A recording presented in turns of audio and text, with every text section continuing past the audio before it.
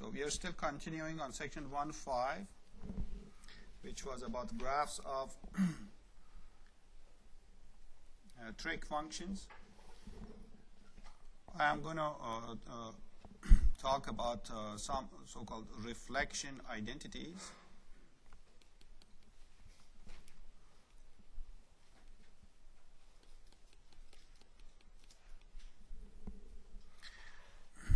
We are going to use these identities to get some pictures for graphs of functions that are slightly different from the one we have dealt with. For example, we have done with the graph of sine of x, cosine of x, tangent of x, and so on. We dealt with these things extensively last time. Well, in practice, these functions aren't just left alone like this. It could be that somebody might be interested in graph of, say, sine of minus x, or graph of cosine of x plus pi, or graph of tangent of, say, x minus pi, and so such small modifications of the basic functions we have looked at. In section 1.6, we are going to deal with more extensive modification, like you are going to have questions such as the following: graph y is equal to 2 cosine of 3x minus pi plus 5, perhaps.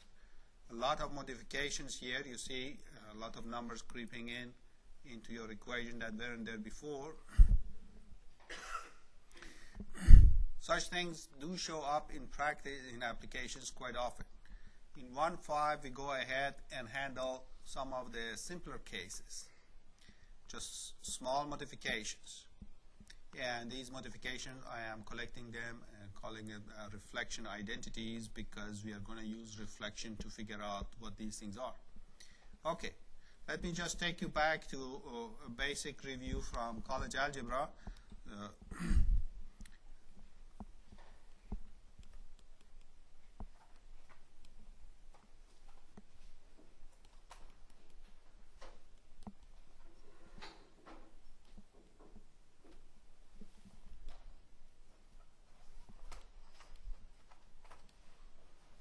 What do you mean by reflection? Well, reflection, just like having a mirror there, and an object can have a reflection in that mirror. If you have a mirror in some location, you have an object here. This object appears to have a reflection in this mirror, and that reflection is equal distance on the other side. So you go to the mirror, you go equal distance to the other side. That's where this one appears to be. Okay, so that's what we mean by reflection, just the ordinary meaning of it. Now the question is, if I am dealing with a coordinate system, so I have a xy coordinate system. That is the basis for our quantifying the world around us. We see everything through this light. I could have some mirror here, and then there could be some point, and I might want to find where is the reflection of that point in that mirror. That's a general question. If I have a mirror and a point, where is the reflection going to be? Well, that problem is a little bit too extensive for us to handle. We're just going to look at the simplest case. Simplest case means that I'm going to assume that x, y axis themselves are the mirror first time around. And the second time around, I'm going to take just the 45-degree lines as my mirror, so that we just don't go overboard with too much detail here. So suppose I have a point with coordinates, let's put some numbers, say 3 and 2 here. So that means I have taken 3 steps to the right, 2 steps up. Say this is my mirror. The y-axis is the mirror. So the reflection of it is going to be on the other side. Means you have to step 3 to the left and then 2 step up. Well, where is that going to take me? Meaning, what's the coordinate of this point? -3, 2.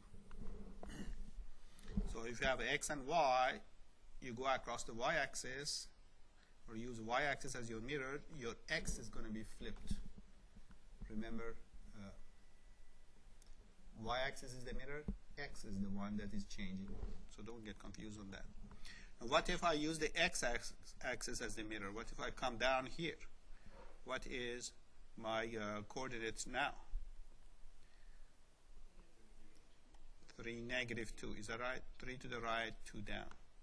Now I can go across y, then across x, or across x, then across y, or a little bit more straight, I can go across so-called origin, go to the other side. So where am I now? -3, -2. Notice that these distances from the origin for all of them are the same. So if we were talking about some triangles with a hypotenuse, like here, let me color them differently.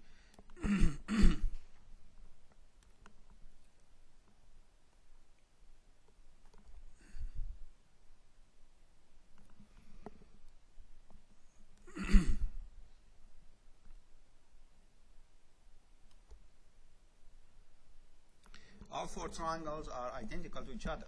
They just have been moved around. The dimensions are all the same. So we are going to use this fact to make observation about trig functions of the following angles.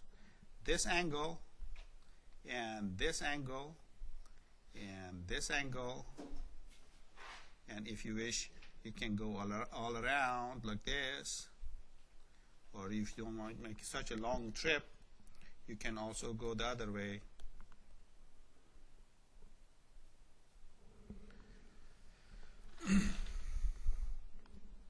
If these points are obtained by reflections in x-y axis, then these angles I drew are connected to each other in a very simple way. And then we can talk about their sine and cosine, see how do they connect to the very first one. So let's just go ahead. Let's do a very simple case. Suppose here I have some angle theta, and this is some point with coordinates A, B. If I go across the y-axis to the other side, according to what we just said, what is the coordinate of this point? Remember, when we say what is the coordinate, we are not looking for a number. We are using the given information to get some answers. So this answer is going to be tied to whatever you told me before. So if this is AB, who is this one? Minus A and B. We said the distances are all the same. Next question, how are the angles related to each other? Suppose I go from here to here. If this is theta, what is the red one? Use the fact that these 2 triangles are the same. This one, same dimensions, everything's same. One is just on the other side. If that is on the other side, it means this is also theta. So what is left for the red one? 180 minus theta. So you can write 180 minus theta. We gradually maybe want to wean ourselves off of degrees, because in engineering, calculus formulas all use radians. In that case, what would be the red one? Instead of 180, what can you say? Going around the whole circle is 2 pi. Half of it is just pi. So you see most of these things written in radians as pi minus theta. Implication is that everything is radians. Okay. If I wanted to talk about sine and cosine of theta, so for example, I will have sine of theta opposite to hypotenuse, cosine of theta adjacent to hypotenuse, tangent of theta opposite to the adjacent. I can ask same question about the other side, that is, what about sine of pi minus theta? Sine of pi minus theta is going to be its y coordinate divided by r, so that's going to be b over r. If I want to talk about cosine of pi minus theta, it would have been its x coordinate. Its x coordinate is minus a. If I want to talk about tangent of pi minus theta, it would have been a ratio of its y coordinate to the x coordinate. Now I make an observation on the two sides. That is, sine of theta and sine of pi minus theta are the same because these ratios are the same. So here I'm going to record these things as some of the reflection identities. So by reflection we mean to be reflected our angle across some axis, and we are asking now what's the deal with respect to all of these trig functions, what happened to them. How about cosine of pi minus theta? What is that equal to? So we are connecting the issues of this red angle to the original theta. This is negative of that one, so I have minus cosine of theta. How about tangent? Tangent of pi minus theta, this is negative of this one, so it's negative of tangent of theta. Now there are going to be a lot of these things. Try to memorize it is not going to be really practical. Again, you have to play that unit circle picture in your head, or just a picture we are drawing. Try to drive everything from the picture.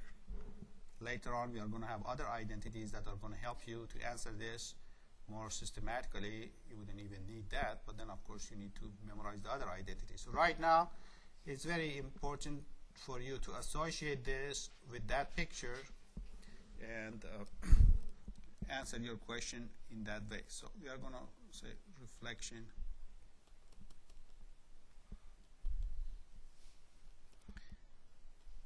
Now, there would be a lot more of these things, just a few of them. What do we plan to do with them? Suppose you have these reflection identities. So what? Suppose I ask you graph y is equal to sine of pi minus x. Okay, suppose I ask you graph this. Again, remember, if you forget everything, you always have the fallback position of using your calculator, sit there, patiently draw it from scratch. That's perfectly fine, except that's just going to take time. Given that you want to build on this thing and go much further, you want to be able to achieve this picture in a matter of few seconds, not a few minutes. You're trying to cut it down by a factor of 60 as to how long it's going to take you to actually get the picture. So what is that going to help us? Well, here we say sine of pi minus theta is same as sine of theta. So if you're asking me to graph this, I might as well notice that I could have gotten rid of a lot of the clutter here, and what you're asking me to graph is just sine of x. And hopefully I know what sine of x is. So here's my answer. Here's the graph that you were looking at. We were going on 0 to 360, but since here implication is that you're using radians, instead of 360, use pi and 2 pi. So instead of 0, 180, 360 pictures we used to draw before, you can have your x-axis labeled in radians, and then you're all set. So this is a graph of y is equal to sine of pi minus x, borrowing from the fact that yesterday or last time we learned how to graph sine of x quickly. Well, what if somebody asks you graph y is equal to cosine of pi minus x? So here's another question. Graph cosine of pi minus x. Once again, you always have your fallback position. You forget everything, you can go back to point plotting. If pi bothers you, want to deal with degrees, you can think about 180 minus x and do everything in degrees. You're not comfortable with pi, convert everything in your problem to degrees and get something going. And then when you're all done, you can leave these degrees on your x-axis or convert it back to radians. But how do we get the picture? See, this cosine is minus cosine of x itself. So whole thing boils down to graphing minus cosine of x. So okay, cosine of x, if there was no minus in front of it, cosine of x would have been something like this.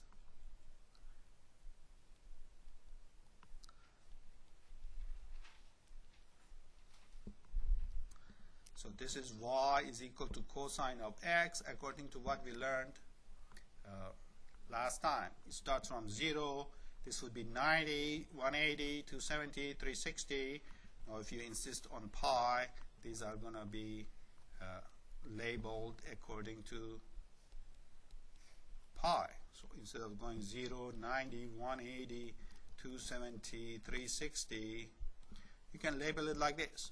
But I don't want cosine of x, I want its negative. So if y of a certain point is being changed from positive to negative, what does that do to the picture? Yeah, you have to flip it upside down, is that right?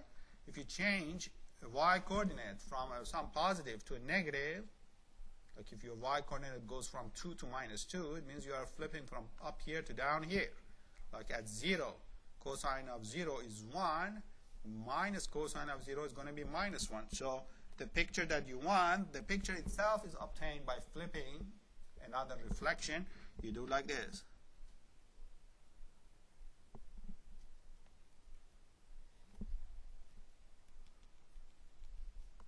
So the idea of reflection comes in here. So this is y is equal to cosine of pi minus x, or minus cosine of x. So we have to remember that also from college algebra, that presence of a minus in front of a function that you have already graphed causes the graph of the function to flip upside down. Okay, so that kind of a movement immediately gets you a picture. Again, notice we didn't use any calculator or anything. The whole thing was answered within a few seconds. One more of these things. Suppose I ask you graph y is equal to tangent of pi minus x. What was our identity for this? Tangent of pi minus x, do you remember what that was? I just wrote it down. It's minus tangent of x. So we start from the basic formula, basic graph for the tangent. Now that was a little bit more complicated than the other ones. It had something, what did we call these lines? We had asymptotes. We had a bunch of asymptotes. And it was running from one asymptote to the other. So graph of tangent by itself, tiles or building blocks look like this. This was y is equal to tangent of x. Again, it was all labeled with degrees previously, but 90 degrees, that's just pi over 2 minus pi over 2. So instead of saying 90 minus 90, you can label it in degrees. Now if I want to flip it, what happens? If it is going to plus infinity here for tangent, the negative of it is going to go where? Negative of it would be down here, is that right? And if this is negative infinity, reflection of it is going to be positive infinity here, so the picture is going to go, so you simply flip it upside down and then you're all done. So this is the graph of y is equal to tangent of pi minus x. So once you have made use of your identity, small modification to your picture is going to create the picture you want. Okay, so for now, remember, here we have a bunch of identities. From here on, I just write down the identities and ask you to do the picture yourself so that we can move on to the next topic. We're kind of falling behind here a bit. What would you think would be our next issue? Suppose I have a point here. Again, here's my basic startup.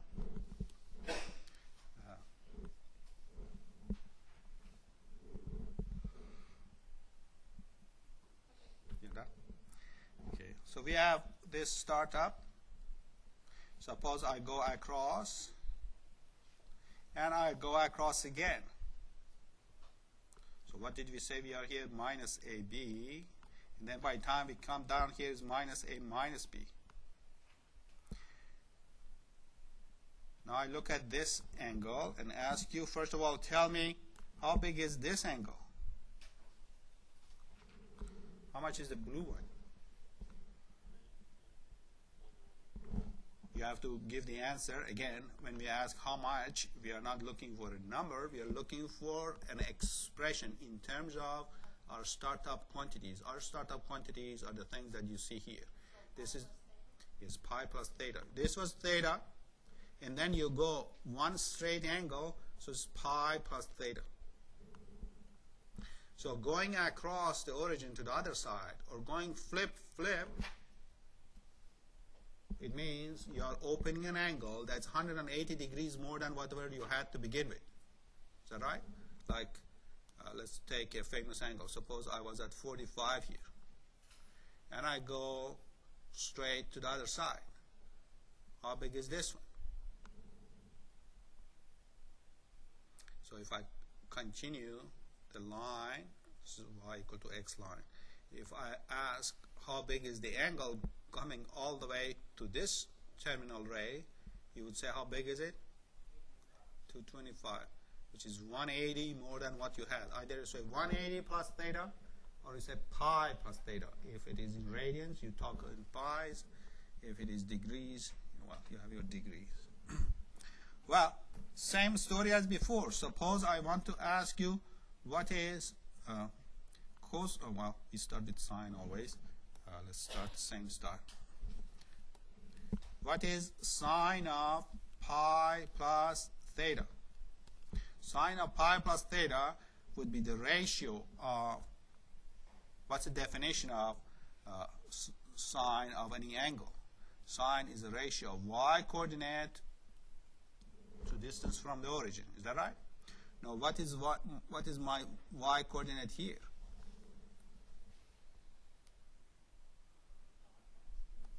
Okay, let's come back here where we are familiar with the situation. Sine of theta here would have been the, if you wish to call it just opposite, or just the y coordinate divided by the radius or the hypotenuse. You come here, the y coordinate is minus b. Our radius is always same, or hypotenuse is just same r all the time. So how is this thing connected to what I had to begin with? Well, it's the negative of that. So that tells me sine of pi plus theta, if you're increasing your angle by 180 degrees, it's going to flip from positive to negative, or vice versa. Now you do the other one. Cosine of pi plus theta. Maybe I write what was our cosine here. Cosine was the ratio adjacent to the hypotenuse. So over here was a over r. For pi plus theta, we think in terms of the x coordinate. So for our definition for cosine was that it is the x coordinate divided by the distance from the origin. So who is our x? Our x is minus a.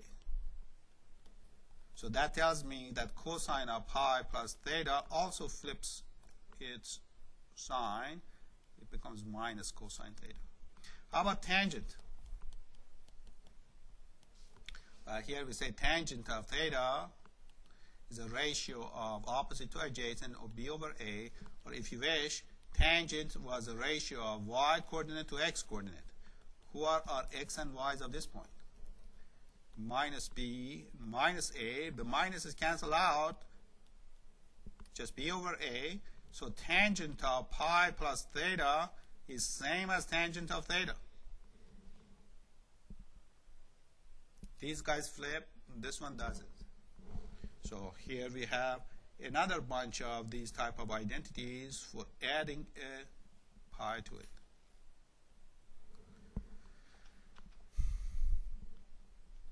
Now let's make our life even worse. Suppose we go this way. How would you measure the green angle?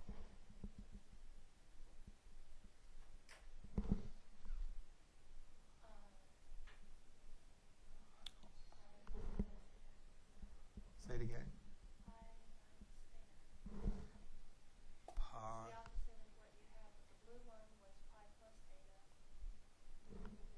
Think about it. This is a green one is a negative angle. All angles that end up at the same ray will have the same trig functions, so I will have the same thing on the right hand side. I'm asking you to figure out the green one in terms of, first of all, when you start going in this direction, you start counting your angles. Let me do it differently. Suppose I start from here. Let's go to a famous angle. How much is this black one? Negative 180 or negative pi. Suppose you go here and then back up. That is, you add a pi theta to it. So minus pi plus theta. Is that right? Everybody sees that? Or this whole thing is minus pi, and then you're adding. Well, let's come back here. How much is this one? First of all, you have to give me a negative answer. How much is it short of making it minus 180 degrees? It's 45 degrees short of hitting there. So what would you say this angle is? Minus? No. No. Again, remember, this is still 45. From here to here, it would have been 180. Minus 1? Minus 135. That's what we are doing here. This green angle is minus pi plus theta. So if you wish to think about it, you can to write it nicely. You can write it theta minus pi. So here, sine of theta minus pi, or sine of pi plus theta, that is in both cases is minus sine of theta. I'm just writing these things, except that I'm noticing pi plus theta has a coterminal angle, which is theta minus pi.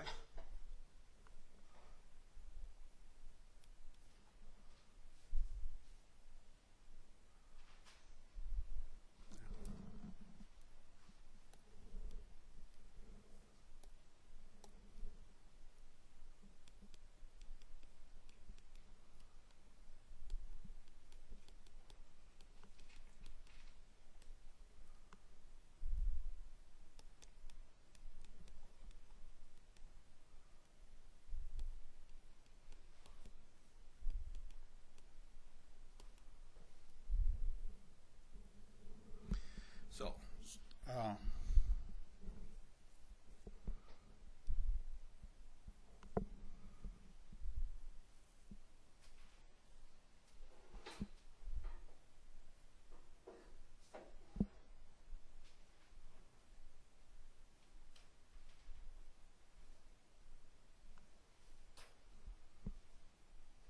we have so far two families of these things. You can imagine these things can be built up more and more. Like here, if you are up to it, you want to, I don't want to make this thing overwhelming, but you could have talked about this angle as well.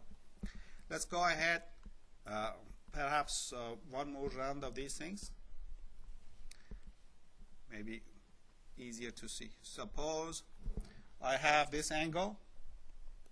So by now we have done reflection across y-axis. We have done reflection across y and x-axis. What is left for us is to have an angle here and just do a reflection in the x-axis. So if my original here was AB with some angle theta here, if I flip across the x-axis, what are my coordinates? Which one flips? Is it A negative B? Distances are the same. What is the angle you will use to measure this blue one? If this is theta, who is this one? Negative theta, very good. So theta going counterclockwise, negative theta going clockwise is going to be negative theta. So, as before, our distances from origin is the same. So we start asking, what is sine of minus theta? We always remember sine was a ratio of y coordinate to hypotenuse, or distance from the origin. So for minus theta, what would be my y coordinate? Which one is the y coordinate? Negative b over r. So I have negative b over r. Well, what would it have been for up here? Sine of theta would have been b over r. Instead of b, I'm using negative b. So sine of minus theta is same as negative of sine of theta. Very important identity. We are going to call these things negative angle identities instead of reflection. This is a special kind of reflection. Going from top to bottom, you're changing your angle to its negative. So these identities have another name called negative angle identities. How about for cosine? Cosine is associated with the ratio of x coordinate to, so our cosine here would have been a over r, but here is no different. The x coordinate of this point is still a over r. So cosine of negative theta and cosine of theta are the same thing.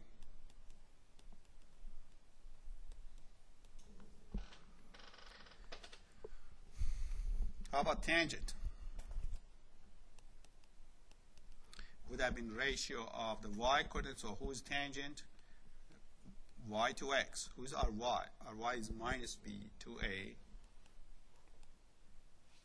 That tells me that tangent of negative of an angle, this is negative of what it would have been up here. Tangent of theta would have been b over a. This is minus b over a. It means this is negative of what it was on the other side.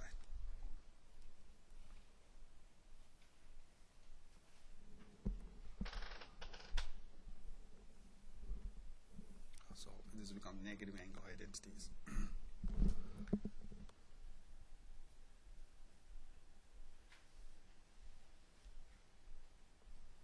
Okay, these are a few of the identities of this type.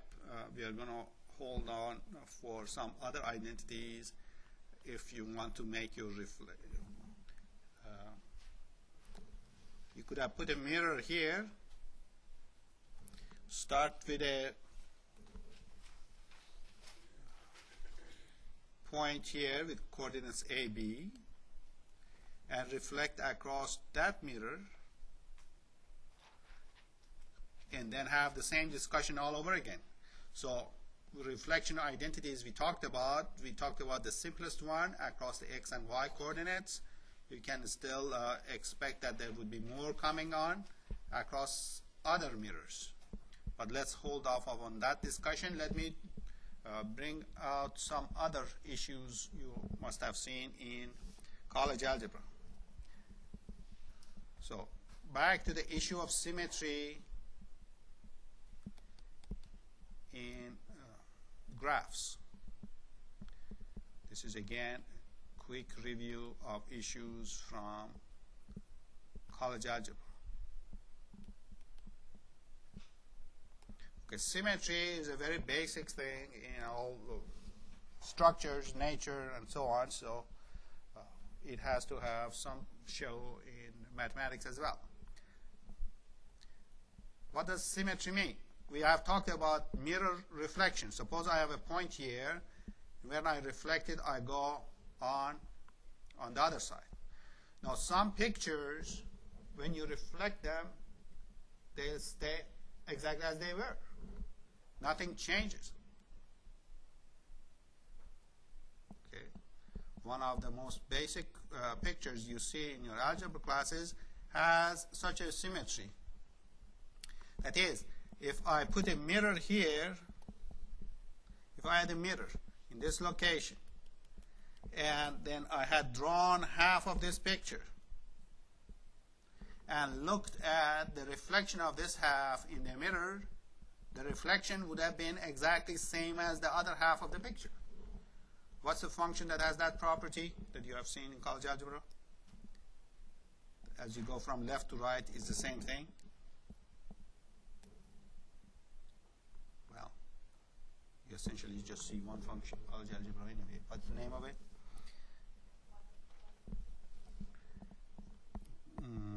Well, the y equal to x is this one. Who is this one? Parabola. Very good. So parabola, we talked about this thing. We had a side discussion last time about parabolas and how they show up in nature and technology and so on with their focusing properties. Parabola is one of the basic pictures that has this reflection property. Where does it come from? How do you tell from algebra before drawing picture? How do you know? If you slice it in half, then the left and right are the same. The question is, what's the telltale sign of symmetry in algebra? So, what's the simplest parabola you know? Simplest parabola is y equal to x squared. The question is, just looking at this formula, can you envision that its picture is going to have a left and right that are identical? It's like totally different words. Like I don't know if you have heard about people who perceive numbers as colors. You heard of sound as colors? There are some people who perceive numbers as colors. They multiply numbers in their head by mixing colors. Or they memorize extremely long sequences as a string of colors. So people can perceive things. So suppose there's a blind person who doesn't have any impression of what you mean by this picture. You cannot look at it and say, okay, look, the left and right of it the same. But suppose that blind person can follow algebra. Is there a way of conveying the same idea within a formula? It's like imagining a computer not having an eye or anything.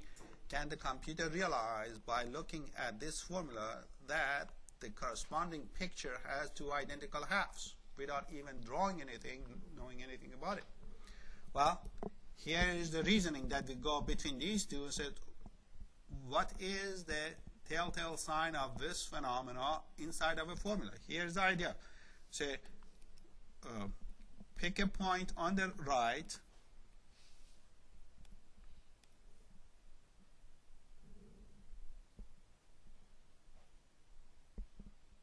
and pick the corresponding point on the left. So this is, if you're on the right at x, on the left you're going to be at minus x. Now if I square this, what do I get? Squaring it tells me how much I have to travel until I hit the picture.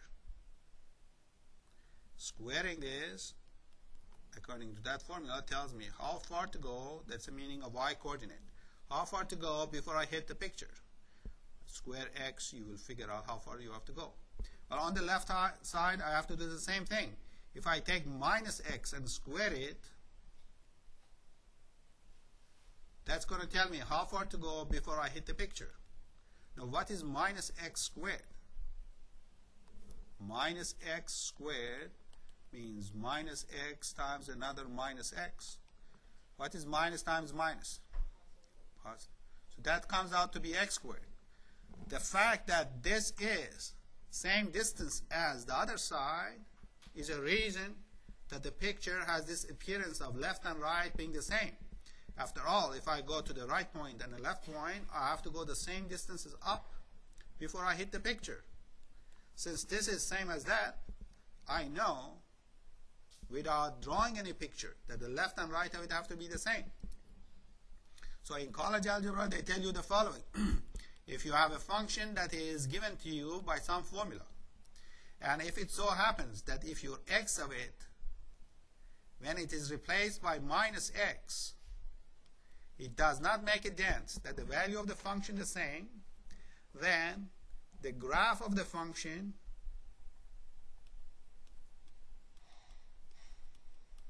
is symmetric with respect to y-axis. I'm sure you have seen this thing in your college algebra class, maybe you don't remember it. That was a test for symmetry with respect to the y-axis. If you change the x to minus x, you clean up your formula. The formula is exactly as you started it. Then you say the graph of that formula is going to have a right and a left which are identical.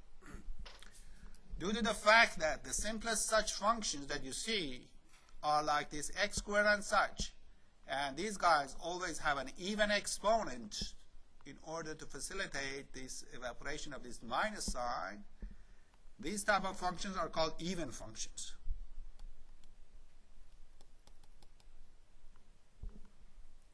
Here, give me an example of another even function. Suppose I say f of x, say x to the power of 4 plus x to the power of 2. Now graphing that takes a bit of an effort. You need to take your perhaps calculus class to graph it in detail. But what is it that you can tell even before you put a pencil to paper to draw anything? That the left and right side of this picture are what? Are identical. How do you know? So it's okay. Let me, instead of x, put minus x. Minus x to the power of 4 plus minus x to the power of 2. Clean it up. What happens to these negative signs? What is minus x to the power of 4? Just x to the power of 4. This is same as that. It means if I'm standing on the right or if I'm standing on the left, I have the same height. I don't need to know the detail of that height. I just know they're the same. So from this observation, I know that the graph is symmetric with respect to y-axis. What is that good for? If you're actually graphing it, you can concentrate on half of it and the other half is just copy of the other half. But usually there are other scientific facts that you're interested in that relies on some phenomena you're studying. So a lot of things in architecture, in chemistry, physics, and so on, they have issue of symmetry. Well, okay, with all of this that we have said, which one of our functions are even? Of these three functions, which one is an even function? Even meant from left to right, it does not make any difference. So this one is going to be labeled as even. Yes, let's go ahead, remind ourselves, how did cosine look like? Didn't it start up here? The cosine, do you remember how it started? Something like this. We drew typically just one tile of it. Where is the left tile? If you draw the left tile, it's going to look like this. Let me draw it in a different color. So this is one half of the picture.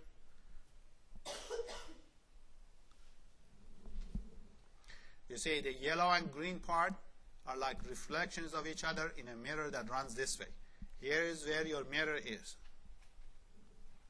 Here's the right of it, here's the left of it. That is why cosine is called an even function. Now while we are at it, we might as well go ahead and also state that this is called an odd function. So is this one. Let's go quickly, perhaps remind ourselves from college algebra again, what's an odd function and how does its picture look like. Suppose I take the simplest odd function I can think about. Y is equal to x cubed. I go graph a few points of it. For example, at 1, this is at 1. At 2, when x is 2, what is y?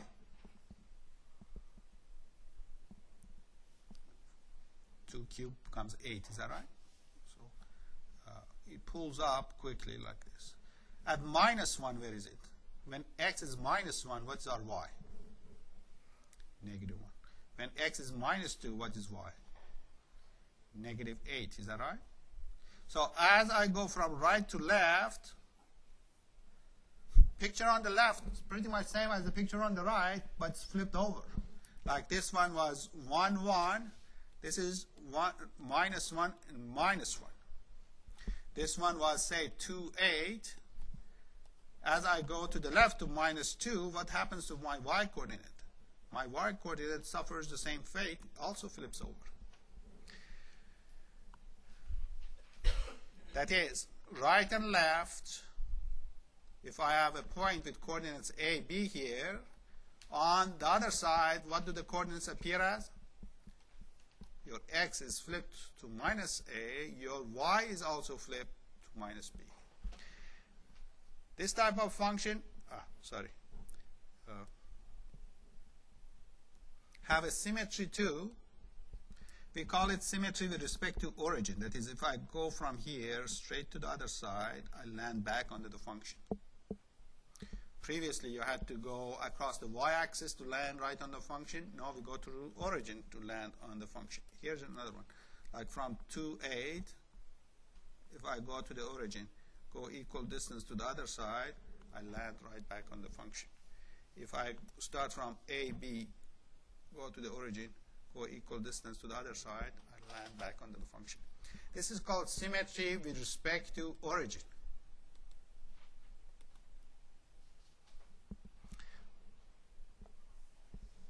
Polynomials with only odd exponents always have this feature. You can sense why, because if you change x to minus x, that minus survives and the picture flips down.